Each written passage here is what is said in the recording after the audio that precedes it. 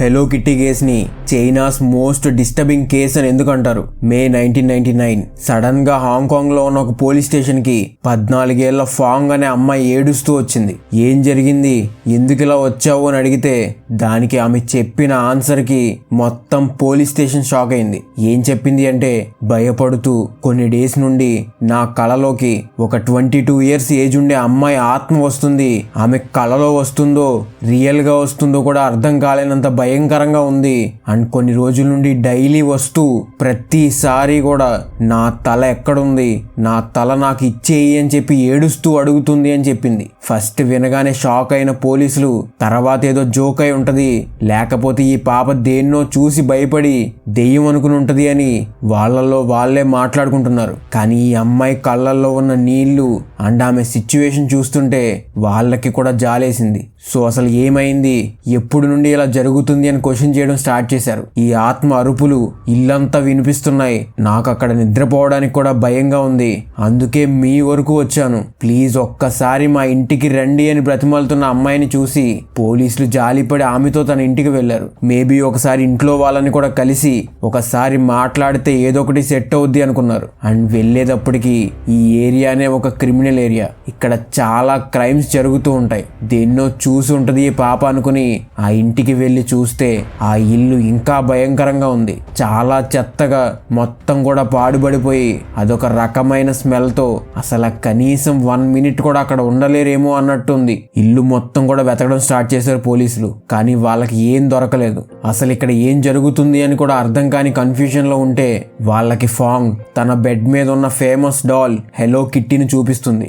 ఏంటి ఇందులో ఏముంది అని చెప్పి ఒక ఆఫీసర్ ఆ బొమ్మ దగ్గరికి వెళ్ళి పట్టుకుంటే దాని తల గట్టిగా ఉంది. దానికి ఉన్న చిన్న హోల్ నుండి చూస్తే దాని లోపల ఒక మనిషి స్కల్ ఉంది. అది తెలియగానే ఒక్కసారిగా బొమ్మని కింద పడేసి పోలీసులు అందరూ కూడా అలర్ట్ అయిపోయారు. అప్పుడు అర్థమైంది పోలీసులకి, మేబీ ఈ స్కల్ ఎవరిదో అమ్మాయిది, సో ఆమె ఇలా ఈ పాపని ఏడిపిస్తుందేమో అని అనుకున్నారు. అయితే ఈ కేసులో చాలా క్వశ్చన్స్ ఉన్నాయి. ఇది ఒక హారర్ స్టోరీ కాదు.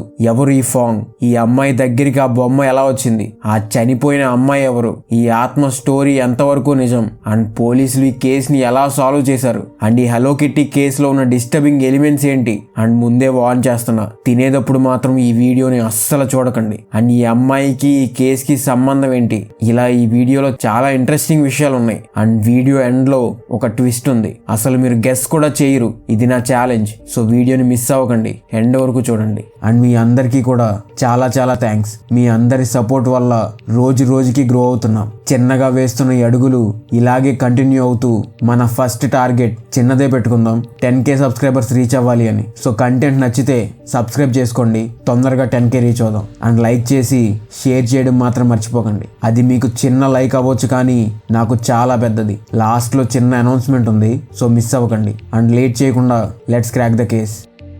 హాంకాంగ్ అనాథాశ్రమంలో ఒక అమ్మాయి ఉండేది. ఆమె పేరు ఫ్యాన్ మ్యాన్ యీ, షార్ట్ గా మనం ఫ్యాన్ అని పిలుద్దాం. అయితే ఈమె పుట్టింది 1976లో. బట్ వీళ్ళ పేరెంట్స్ ఏంటంటే ఈ అమ్మాయిని పెంచడానికి ఇబ్బంది పడి ఒక అనాథాశ్రమంలో వదిలేస్తారు. అలా వదిలేసిన తర్వాత ఫ్యాన్ పెద్దగా చదువు మీద ఇంట్రెస్ట్ చూపించలేదు. ఆర్ఫనేజ్ లో ఫ్రీగా ఫుడ్ వస్తుంది, సో అలాగే ఉండిపోయేది. అయితే ఆమెకి కరెక్ట్ గా 15 ఇయర్స్ రాగానే ఆర్ఫనేజ్ వాళ్ళు ఆమెను అక్కడ నుండి వెళ్ళిపోమన్నారు. అంటే ఆ పర్టికులర్ ఆర్ఫనేజ్ లో ఏజ్ లిమిట్ 15. సో దాని తర్వాత ఎవరి కాళ్ళ మీద వాళ్ళు నిలబడాలి అని చెప్పి బయటికి పంపించేస్తారు. ఈ విషయం ఫ్యాన్ కి కూడా బాగా తెలుసు. బట్ ఆమె బయట బ్రతకడానికి యూజ్ అయ్యే ఎలాంటి స్కిల్స్ కూడా నేర్చుకోలేదు. అండ్ బయటికి వచ్చాక ఆమెకి తినడానికి తిండి లేదు, ఉండడానికి ఇల్లు కూడా లేదు. చాలా తక్కువ డేస్ లోనే ఆమె వ్యభిచారం వైపు వెళ్ళిపోయింది. అక్కడ నుండి ఆమెకి సర్వైవల్ కి కావాల్సిన డబ్బులు వస్తున్నాయి. అండ్ ఇదే టైంలో ఆమె మత్తు పదార్థాలకు కూడా అలవాటు పడింది. డబ్బులు అయిపోగానే వ్యభిచారం చేయడం, అవి అయిపోయే వరకు ఖర్చు పెట్టుకోవడం, ఈ సైకిల్ రిపీట్ అవుతూనే ఉండేది. ఇది మొత్తం కూడా ఆమెకి 20 ఇయర్స్ వచ్చే వరకు కంటిన్యూ అయింది. 20 క్రాస్ అయ్యాక ఆమెకు ఒక నైట్ క్లబ్ లో డాన్సర్ గా జాబ్ వచ్చింది. దాంతో ఈమె ఇవి అన్ని మానేసి ఆ జాబే చేసుకుంటూ ఉండేది. ఇలా ఉండగా ఆమెకి అక్కడే రెగ్యులర్ గా వచ్చే ఒక పర్సన్ తో పరిచయం అవడంతో ఇద్దరు కూడా ప్రేమలో పడ్డారు. ఆ అబ్బాయికి ఈమె పాస్ట్ మొత్తం తెలిసినా కానీ అతను ఈమెని యాక్సెప్ట్ చేశాడు. బట్ అన్ఫార్చునేట్లీ అతనికి కూడా ఈమె లాగానే మత్తు పదార్థాలు అలవాటు ఉంది. బట్ పెళ్లి తర్వాత కొంతకాలం ఇద్దరు కూడా అవి అన్నీ మానేసి చాలా హ్యాపీగా ఉన్నారు. అండ్ వాళ్ళకు ఒక బాబు కూడా పుట్టాడు. బట్ దీని తర్వాత మళ్ళీ ఇద్దరు కూడా మత్తు వైపు వెళ్ళిపోయారు. దాంతో ప్రతిరోజు కూడా వీళ్ళ మధ్యలో గొడవలు అవుతూనే ఉండేవి. అండ్ ఫైనల్లీ ఒక రోజు ఇద్దరు విడిపోయారు. మరి ఆ బాబు పరిస్థితి ఏంటి అంటే తీసుకెళ్లి సేమ్ ఈమె వచ్చిన అదే అనాథాశ్రమంలో ఈ బాబుని కూడా జాయిన్ చేశారు. బట్ అయినా కానీ పేరెంట్స్ ఇద్దరు కూడా ఆ బాబు అక్కడ కొంచెం బాగుండాలి అని చెప్పి మంత్లీ ఎంతో కొంత మనీ పంపడం లాంటివి చేసేవాళ్ళు. ఫ్యాన్ ఏం చేసి ఎర్న్ చేసేది అంటే సేమ్ పెళ్లి ముందు చేసిన అదే వ్యభిచారం చేసి సంపాదించేది. మళ్ళీ ఆ పాత లైఫ్ లోకి వెళ్ళిపోయిన ఫ్యాన్ దగ్గరికి రెగ్యులర్ గా వచ్చే ఒక కస్టమర్ పేరు చాన్. ఇతని ఏజ్ 34 years. ఈమె ఇప్పుడు వర్క్ చేసేది రొమాన్స్ విల్లాలో. ఈ చాన్ ఎవరంటే ఆ ఏరియాలో కొంచెం పేరున్న ఒక గ్యాంగ్ లీడర్ లాంటోడు. ఇతను చెయ్యని ఇల్లీగల్ పని అంటూ లేదు. అండ్ ఇతను చైనీస్ ట్రైడ్స్ అనే ఒక మాఫియా సిండికేట్ మెంబర్. సో కొంచెం అందరూ కూడా భయపడే టైప్ ఇతను. సో ఆబ్వియస్లీ ఇతని దగ్గర నుండే ఫ్యాన్ కూడా మత్తు పదార్థాలు కొనేది. అండ్ ఇతను ఆమెకి కొంచెం రెగ్యులర్ కస్టమర్ కాబట్టి ఆమె ఇతనితో కొంచెం క్లోజ్ గా మూవ్ అయ్యేది. ఎలా అంటే చాన్ తో పాటు బయటికి వెళ్ళడం అండ్ అతని గ్యాంగ్ లో ఉన్న అందరితో ఫ్రెండ్స్ అవడం లాంటివి అనమాట. ఒకానొక టైంలో అయితే ఈమెనే చాన్ గర్ల్ ఫ్రెండ్ ఏమో అనుకున్నారు. బట్ చాన్ మాత్రం ఈమెకి డబ్బులు ఇచ్చి తన పని చేపించుకునేవాడు అంతే. అంతకు మించి ఎలాంటి ఫీలింగ్స్ లేవు అతనికి. అయితే ఒక రోజు ఏం జరిగింది అంటే చాన్ ఈమెతో కలిసి ఉన్న నైట్ నిద్రలో ఉండగా చాన్ వాలెట్ లో ఉన్న 4,000 హాంకాంగ్ డాలర్స్ ని తీసేసింది. మత్తులో ఉన్నాడు కదా, సో మేబీ తెలియదులే అనుకున్నట్టుంది. అయితే నెక్స్ట్ డే మార్నింగ్ లేవగానే తను ఒక మార్ట్ కు వెళ్ళి అక్కడ అతనికి కావలసిన వస్తువులన్నీ కొనుక్కుని పే చేయడానికి వ్యాలెట్ చూసుకుంటే అందులో మనీ లేవు.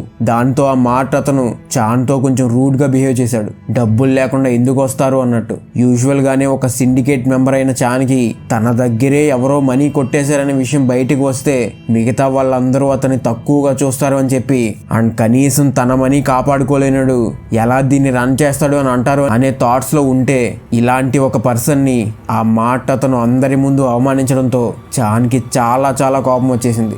ఎవరు తీసి ఉంటారో అని ఆలోచిస్తే అతనికి వచ్చిన ఫస్ట్ నేమ్ ఫ్యాన్ ది. వెంటనే కోపంగా తన దగ్గరికి వెళ్ళి ఒక్కటి కొట్టి అడగగానే ఫ్యాన్ తప్పు ఒప్పేసుకుని వెంటనే ఆ 4,000 తీసి ఇచ్చేసింది. కానీ చాన్ కి ఇప్పుడు కావాల్సింది 4,000 కాదు, 10,000. ఆ తీసుకున్న మనీకి 1 day ఇంట్రెస్ట్ 4,000 అని చెప్పి ఆమెను బెదిరించాడు చాన్. అండ్ ఇతనితో పెట్టుకోవడానికి భయపడిన ఫ్యాన్ ఇచ్చేస్తాను, నాకు కొంచెం టైం కావాలి అని చెప్పి అడిగింది. దాంతో చాన్ ఈమెకి టైం ఇచ్చి అక్కడి నుండి వెళ్ళిపోయాడు. డేస్ గడుస్తున్నాయి. ఫ్యాన్ తను పనిచేసి సంపాదించిన మనీని రెగ్యులర్ గా చాన్ కి ఇస్తూ ఉండేది. చాన్ కి మాత్రం తనకి జరిగిన అవమానం పదే పదే గుర్తొస్తుంది. దాంతో చాన్ ఒక రోజు తన దగ్గర పనిచేసే లింగ్ అండ్ లూమింగ్ అనే ఇద్దరికి ఫ్యాన్ ని ఎత్తుకుని వచ్చేయండి అని చెప్పాడు. 17 March 1999 వాళ్ళు ఫ్యాన్ ని బలవంతంగా తీసుకుని గెయిన్వెల్ రోడ్ లో ఉన్న వీళ్ళ అపార్ట్మెంట్ కి తీసుకుని వచ్చారు. అయితే వియర్డ్ గా ఈ అపార్ట్మెంట్ లో ఒక రూమ్ లో మాత్రం హెలో కిట్టి థీమ్ తో డెకరేట్ చేసి మొత్తం ఎక్కడ చూసినా గానీ ఆ బొమ్మల రిలేటెడ్ వే ఉండేవి. ఈ రూమ్ ఏంటంటే చాన్ తన పర్సనల్ క్లయింట్స్ కి అమ్మాయిల్ని సప్లై చేసే రూమ్. సో అందుకే దాన్ని స్పెషల్ గా డిజైన్ చేపించాడు. ఇప్పుడు చాన్ వేసిన ప్లాన్ ఏంటంటే ఫ్యాన్ కి ఎర్నింగ్ లేకుండా మొత్తం మనీ చానే తీసుకోవడానికి తన అప్పు తీరే వరకు కూడా ఫ్యాన్ ని తన కోసం వర్క్ చేయాల్సిందే అని చెప్పి ఇతని దగ్గరే ఉంచేసుకుని ఇతనే క్లయింట్స్ ని పంపుతూ ఉండేవాడు. ఒక్క రోజు కూడా గ్యాప్ లేకుండా ప్రతి రోజు నెల మొత్తం కూడా ఇక్కడ ఫ్యాన్ ని పెట్టి బిజినెస్ చేసేవాడు. మరి అయినా కానీ ఫ్యాన్ ఇవ్వాల్సిన అప్పు తీరలేదా అంటే ఆ అప్పు తీరదు. ఎందుకు అంటే ప్రతి రోజు కూడా ఇంట్రెస్ట్ పెరుగుతూనే ఉంటది. ఫ్యాన్ చేసే పనికి ఆమెకి ఎంత డబ్బులు వచ్చినా కానీ అవి ఇంట్రెస్ట్ కి కూడా సరిపోలేదు అని చెప్పి ఆమెతో ఇంకా ఎక్కువ పని చేపించడం స్టార్ట్ చేశాడు. రోజుకి ఒక క్లయింట్ దగ్గర నుండి ఇంకా క్రూయల్ గా ఆమెకి మత్తు ఇచ్చి పడేసి ఒక్క రోజులో చాలా మందిని పంపించడం స్టార్ట్ చేశాడు. అంతేకాదు అంతా అయిపోయిన తర్వాత చాన్ అండ్ అతనితో పాటు ఉన్న వాళ్ళు కూడా ఫ్యాన్ ని అనుభవించడం స్టార్ట్ చేశారు. నొప్పులతో అరుస్తున్నా కానీ పట్టించుకోకుండా బలవంతం చేసేవాళ్ళు. అండ్ ఇది జస్ట్ బిగినింగ్ మాత్రమే. రోజులు గడిచే కొద్దీ వాళ్ళు ఇంకా ఇంకా దారుణంగా ట్రీట్ చేయడం స్టార్ట్ చేశారు. సరిగ్గా తిండి పెట్టకుండా రెగ్యులర్ గా మత్తులో ఉంచడంతో ఫ్యాన్ అసలు గుర్తుపట్టలేని స్టేజ్ కి వెళ్ళిపోయింది. అండ్ ఆమె సిచ్యువేషన్ చూసిన క్లయింట్స్ ఈమె మాకు వద్దు అని చెప్పి అక్కడ నుండి వెళ్ళిపోవడం స్టార్ట్ చేశారు. దాంతో చాన్ కి డబ్బులు రావట్లేదు అని చెప్పి ఇంకా కోపంలో ఇప్పుడు ఈమెని వాళ్ళ ఎంటర్టైన్మెంట్ గా వాడుకోవడం స్టార్ట్ చేశారు. అప్పటికి ఫ్యాన్ కి అర్థమైపోయింది వీళ్ళు ఆమెని చంపేస్తారు అని. కానీ ఇంకా ఏమీ చేయలేని సిచ్యువేషన్. ఒకసారి పారిపోవడానికి కూడా ట్రై చేసింది వచ్చింది, కానీ దొరికిపోవడంతో ఈసారి కట్టేసి కొట్టడంతో పాటు ఇంకా దారుణంగా ఆమె మళ్ళీ పారిపోకుండా ఉండడానికి అరికాళ్ళని కాల్చేశారు. డైలీ మెటల్ బార్స్తో ఆమెను కొట్టడమే కాదు, కొన్నిసార్లు అయితే వేలాడదీసి పంచింగ్ బ్యాగ్లో కూడా వాడుకునే వాళ్ళంట.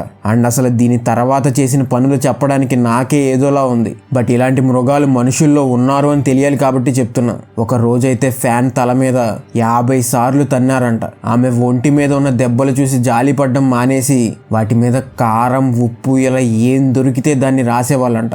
ఎందుకు అంటే ఆ నొప్పిని ఫ్యాన్ మర్చిపోకుండా ఉండడానికి. ఈ టైంలో ఫ్యాన్ ఒకసారి గర్భవతి కూడా అయ్యింది, కానీ అయినా సరే వీళ్ళు మాత్రం ఆపలేదు. అండ్ ఈవెన్ వీళ్ళ పైశాచికత్వం ఎలా ఉండేదంటే, ఒకసారి టీవీ చూస్తున్నప్పుడు వీళ్ళకి నచ్చిన షోస్ ఏమీ రావట్లేదు అని చెప్పి ఫ్యాన్ని వైర్లతో సీలింగ్కి కట్టేసి ఆమె ఏడుపుల్ని చూస్తూ నవ్వుకుంటూ ఉన్నారంట. అండ్ తర్వాత కూడా ఆమెను దించకుండా అలాగే ఉంచేసి వాళ్ళు మాత్రం పక్క రూమ్లో పార్టీ చేసుకునే వాళ్ళంట.